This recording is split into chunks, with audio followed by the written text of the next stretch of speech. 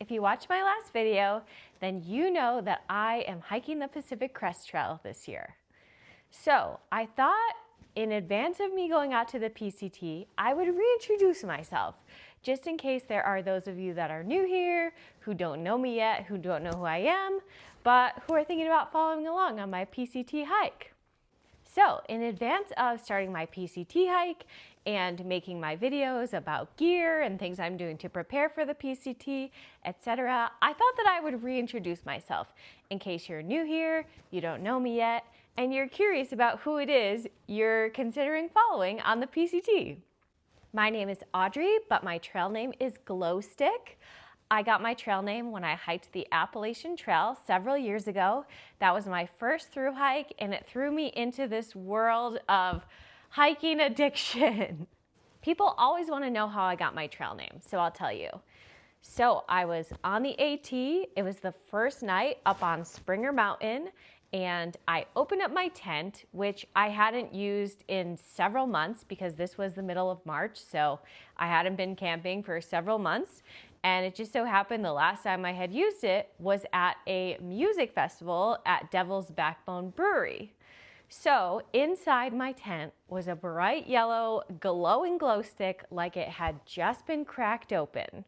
So obviously I was pretty excited about that. A little treasure inside my tent, a little surprise for the first night. So I hiked the AT with a friend of mine from college, Ibex. And so I come out of my tent and I'm like, hey, look what I found, this awesome glowing glow stick. And she thought that was hilarious. And I also had plans to get off the AT just for 2 weekends while I was out there. One was for a music festival, Bonnaroo in Tennessee, if you know that one.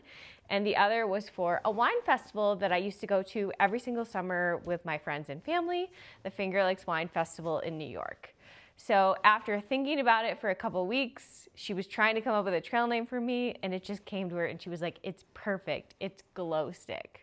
So even though I didn't get the name bestowed on me on the first night on Springer Mountain, but that is what led to it.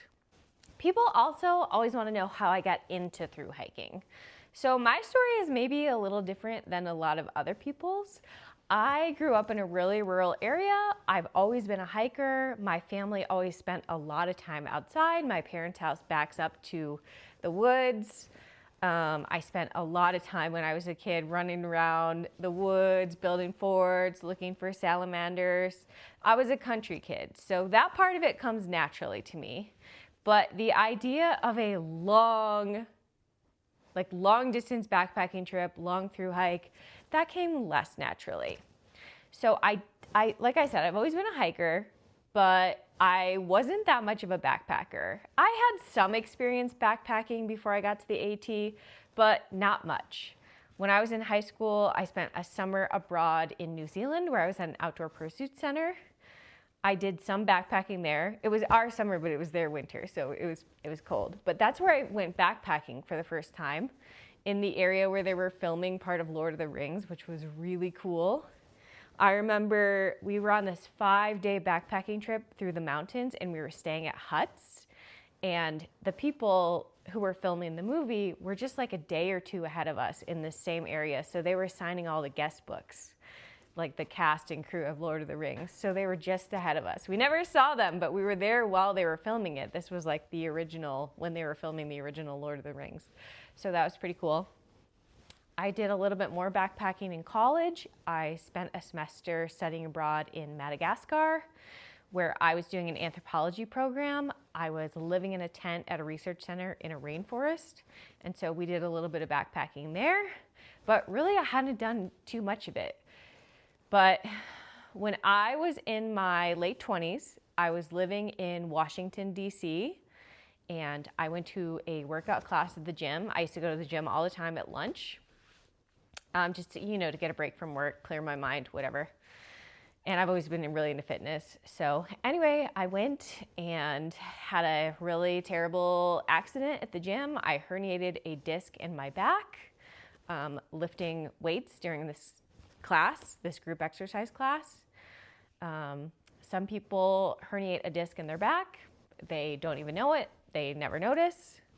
And for some people, it's debilitating. And for me, it was debilitating. So if you don't know what that means, in between our vertebrae, we have these little discs that are filled with a jelly-like material, apparently. And they help us to be flexible in our spines, and they act as like shock absorbers with our spines. But one of mine cracked open, like too much pressure was put on it in this workout class. So it cracked open, the stuff inside pressed on my nerves, caused my spine to be unstable, caused me an insane amount of pain for years of my life. Because I was only 29 when I did that, they did not want to operate on me. Insurance companies want to wait to see if it fixes itself before correcting the problem. Spoiler, it did not fix itself. Physical therapy didn't fix it. Chiropractor didn't fix it. Medications didn't fix it. Nothing fixed it. It just kind of continued to get worse for the course of a year and a half. And then I was finally able to get surgery, but that took another year of recovery. So that was like 2.5 years of my life where I wasn't doing a whole lot. I've always been a super active person. I used to love to run. I used to run almost every single day for years and years and years, had to stop that. So what was I doing during this time? I was doing a lot of reading. And I picked up a copy of Bill Bryson's A Walk in the Woods. And I had seen this book so many times during my life. I worked in environmental education for a while, so like every place that I worked would have the book on the shelf, right? But for some reason, I never felt compelled to pick it up until I was waylaid with this herniated disc. Finally picked it up, read it, and I just fell in love with the idea of the AT. I already knew what the AT was, but again, I just never felt super interested in it. Sorry, I have a dog. I have a dog sniffing me right now. Hey, what are you doing? Huh? What are you doing? Hello. I'm dog sitting right now. It's funny, this dog isn't even friendly. She's a husky. You can see her. Hey. She doesn't even like care about me. She doesn't really care about people, but suddenly I'm filming. So she's a curious little bug. She's not the most friendly, but she's definitely curious. So she hears me talking. So she's like, what are you doing? So she's sniffing at me and she wants me to give her some chicken, which I'm not going to do right now. Anyway, I knew what the AT was. I had a boss who had hiked it before, whatever, never got interested in it until I read this book, just fell in love with the idea of the AT. I promised myself if I was ever healthy enough to again to do it, I was going to do it. So I kept that promise to myself. Just as I was healing from my back injury after the surgery, I landed my dream job, as one does.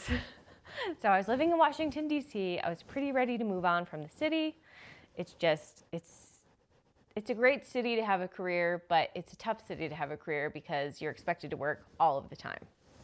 So I was kind of ready to leave the city, but landed my dream job at World Wildlife Fund. And so then I promised myself that I would stay at WWF for 2 years. If I was still feeling pulled to the AT, then I would go hike the AT. So that's what I did. 2 years later, I still couldn't stop thinking about it. I had a friend from my Madagascar study abroad program, Natalie, who became known as Ibex, who was also interested. So we decided to go out together and we said, no pressure. If it works out, it works out. At least we'll have someone to start with. So that's what we did. And I had the time of my life. And now I spend all my vacation time backpacking. But I haven't done, the longest trail I've done since the AT was the Colorado Trail, which is about 500 miles across the state of Colorado.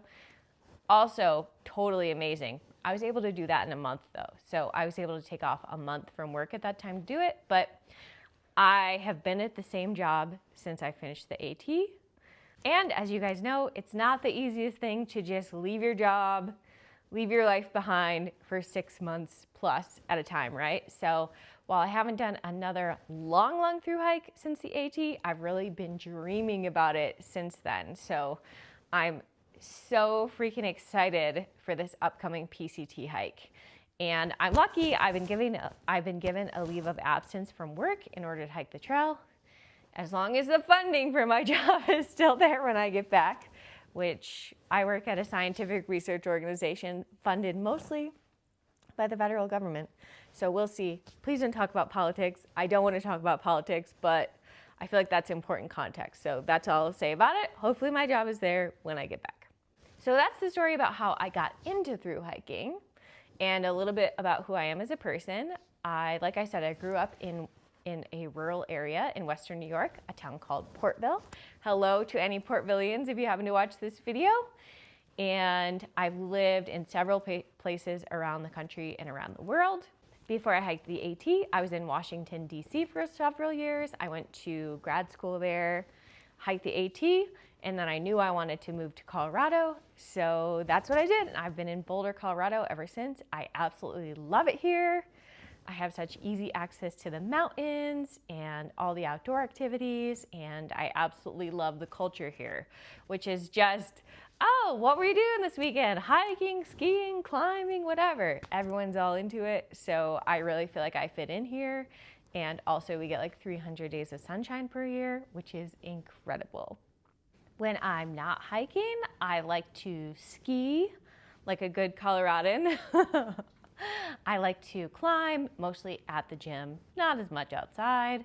I like to paddleboard, I like to read, and I also like to write. Just last year, I published a memoir about my Appalachian Trail thru hike called Where the Rhododendrons Bloom. You can find it on Amazon and Kindle, so check it out if you haven't already. And I also love to travel. I love to experience other cultures and see other landscapes and places. So of course it makes total sense that I've gotten into this long distance backpacking thing, right? It combines things that I love. I love to exercise, I love nature, I love seeing new places, and I also really value community. So it encompasses all of those things, so it makes sense, right? Anyway, so that's a little bit about me. I will be starting to make my PCT videos pretty soon. I'm planning to make one about how I'm preparing for the PCT. I know people have been asking for a gear video, so I'm definitely gonna make a gear video pretty soon. And we'll see what else comes up, but I'm definitely gonna be vlogging my way along the PCT, so if you're interested in that trail, definitely follow along. And don't forget to like my videos and leave nice comments to help push it out to new people and new audiences. That would help me a lot. So thank you so much in advance for that. And if I left anything out and you want to know anything else about me before this thru hike starts, well, let me know down in the comments. And by the way, I always try to respond to all the comments. Like, I really appreciate it when you guys interact with me and give me tips and just are kind to me. Less so if you're being mean, I don't like that. But I do always try to respond to those comments. Obviously, that's gonna be a little bit different with this PCT thru hike because I don't anticipate getting cell phone service very often. And I think when I go to towns, I'm gonna be pretty busy with resupplying and showering and all that good stuff. So I probably won't get to respond as much as I normally would. So I'm sorry about that in advance, but I do always appreciate you guys being supportive and letting me know you're here and watching. And I love seeing, you know, the same names pop up.